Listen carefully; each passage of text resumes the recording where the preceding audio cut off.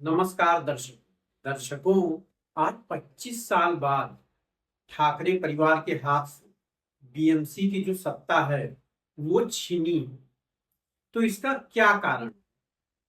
तो इसका अगर कारण उसका हम विश्लेषण करें तो हमें 2019 में जो विधानसभा चुनाव था उसके बाद जो घटनाक्रम हुआ हमें वहां जाना होगा। उस समय बीजेपी और शिवसेना एक तरीके से ऐसी ही देश में दो पार्टियां थी जो एक तरीके से हिंदुत्व वोटों की ठेकेदार थी। लेकिन आज की जो परिस्थिति है, आज सिर्फ बीजेपी ही अपने आप को हिंदुत्व जो वोट है उनका ठेकेदार मानती है। उद्धव ठाकरे की जो शिवसेना है अब वो कहीं नहीं।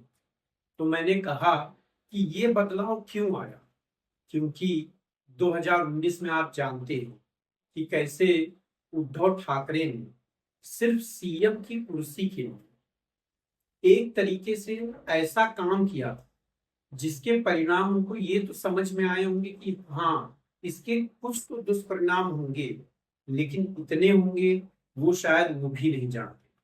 कांग्रेस से हाथ मिलाना, माननीय बाला साहब ठाकरे जिस कांग्रेस के खिलाफ जीवन भर लड़े, जीवन भर उसका विरोध किया, तो उस कांग्रेस के साथ चले जाना ये उद्धव ठाकरे जी की सबसे बड़ी गलती साबित हो रही है। पहले एक तरीके से वो देश में शिवसेना जो है देश में एक पार्टी मानी जाती थी कि हाँ, लोग देश में भी उसे जानते थे, लेकिन वहां से भी वो सिमटी। फिर बात आई महाराष्ट्र। महाराष्ट्र के भी इस बार विधानसभा चुनाव में जो रिजल्ट आए उससे वो महाराष्ट्र में भी एक तरीके से सिमट गए। अब उसके पास बीएमसी थी, वो बीएमसी जो एक तरीके से ठाकरे परिवार का एक सत्ता उसमें थी कि हाँ, ये बीएमसी जो है ये तो हमेशा ठाकरे परिवार के ही पास रहेगी, मतलब कि उद्धव ठाकरे जी के ही पास रहेगी, इसको कोई नहीं छीन सकता। क्योंकि मुंबई एक तरीके से जो उद्धव ठाकरे साहब हैं उनकी जो शिवसेना है उसका गढ़। तो मुंबई में तो उनको लगता था कि उनको नहीं हरा जा सकता, वो भी बीएमसी के चुनाव में। लेकिन वो त्रिशूल भी टूट गया। तो अब क्या किया जा सकता है? क्योंकि सिंधे को तो एक तरीके से, एकनाथ सिंधे जी को एक तरीके से पता चल गया कि हाँ, हमने बहुत बड़ी गलती कर दी। कुछ समय बाद ही सही उन्हें अपने गलती का एहसास हुआ कि नहीं, हम अपनी विचारधारा के खिलाफ जा रहे हैं। तो उन्होंने बीजेपी से गठबंधन कर लिया। तो उनकी तो कुछ स्थिति अभी अच्छी है एक तरीके से, वो विधानसभा में भी एक तरीके से सत्ता में है, अब यहाँ भी नगर पालिका में भी सत्ता में आ गए, और केंद्र में तो एक तरीके से वो है ही गठबंधन में। तो उनको एक फायदा ही मिला। लेकिन उद्धव जी ने जो फैसला किया वो फैसला धीरे धीरे करके उनकी जो पार्टी है उसको कमजोर करता जा रहा। अब तो वो जो अभी महानगर पालिका का चुनाव था वो तो कांग्रेस के साथ भी नहीं है। तो इतना सब कुछ करने के बाद अगर मान लीजिए अब ना आपके पास कुर्सी है, ना एक तरीके से जो आपका वोट बैंक है धीरे धीरे वो भी खसकता जा रहा। जो कोर वोट बैंक था शिव सैनिक वाला वो धीरे धीरे उद्धव ठाकरे जी के हाथ से जाता चला जा रहा। उनको ये समझ में नहीं आ रहा है कि क्या किया जाए, और अगर उन्होंने जो गलती की उस गलती को सुधारा भी कैसे जाए, ये भी अब बहुत मुश्किल है। बीजेपी के साथ आना भी अब एक तरीके से उनके लिए टेढ़ी खीर जैसा काम है।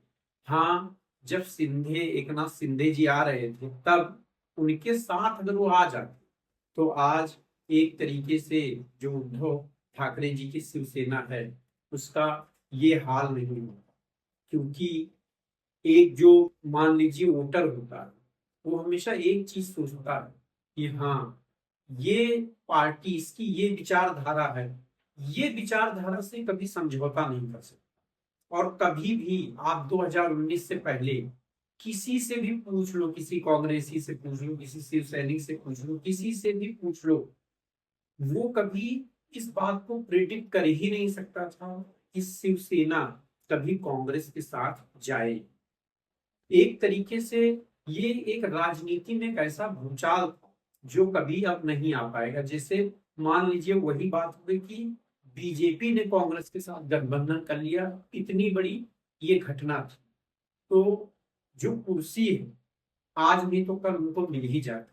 शिवसेना धीरे धीरे आगे बढ़ रही थी, कभी ना कभी उनको मौका मिलता सीएम की कुर्सी पे बैठ, क्योंकि माननीय बाला साहब जी तो कभी कुर्सी पर नहीं बैठे, उन्होंने बाहर से ही सत्ता को चलाया।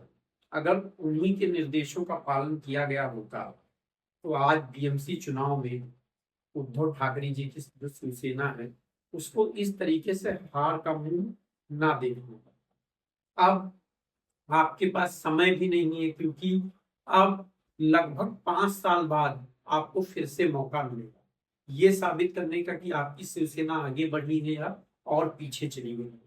क्योंकि विधानसभा चुनाव भी चले गए, महानगर पालिका के भी चुनाव भी चले गए और लोकसभा का भी चुनाव चला गया। तो लगभग 4-5 साल आपके लिए ये है कि फिर से आपका जो कोर वोट बैंक उस पर आपको मेहनत करनी चाहिए और ये देखना चाहिए कि कैसे, अगर कांग्रेस और आपकी विचारधारा नहीं मिल तो कैसे आप अपनी विचारधारा को लेके अकेले चलें। ये जरूरी कभी नहीं है कि आप बीजेपी के साथ गठबंधन में होंगे तो ही आप आगे बढ़ पाएंगे, नहीं।